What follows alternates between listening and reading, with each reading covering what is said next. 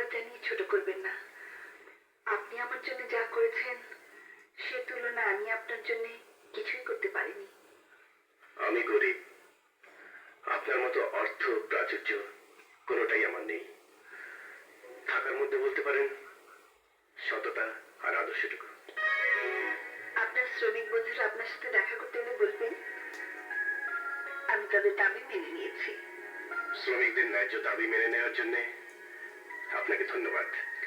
শ্রমিকদের জন্য যতটুকু নয়, শ্রমিক নেতার জ্বালাময়ী বক্তৃতার জন্য আমারই পরিবর্তন।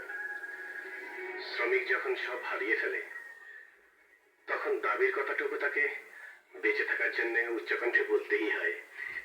কেউ আবার এই বক্তৃতা দিয়ে ব্যবসাও করে, আপনাকে অবশ্য তা বলা যাবে না।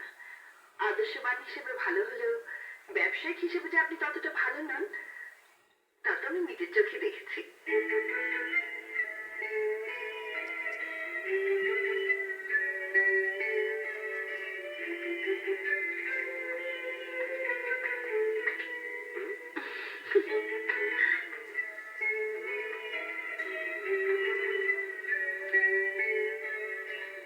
আপনি আসলে লাকি পার্সন।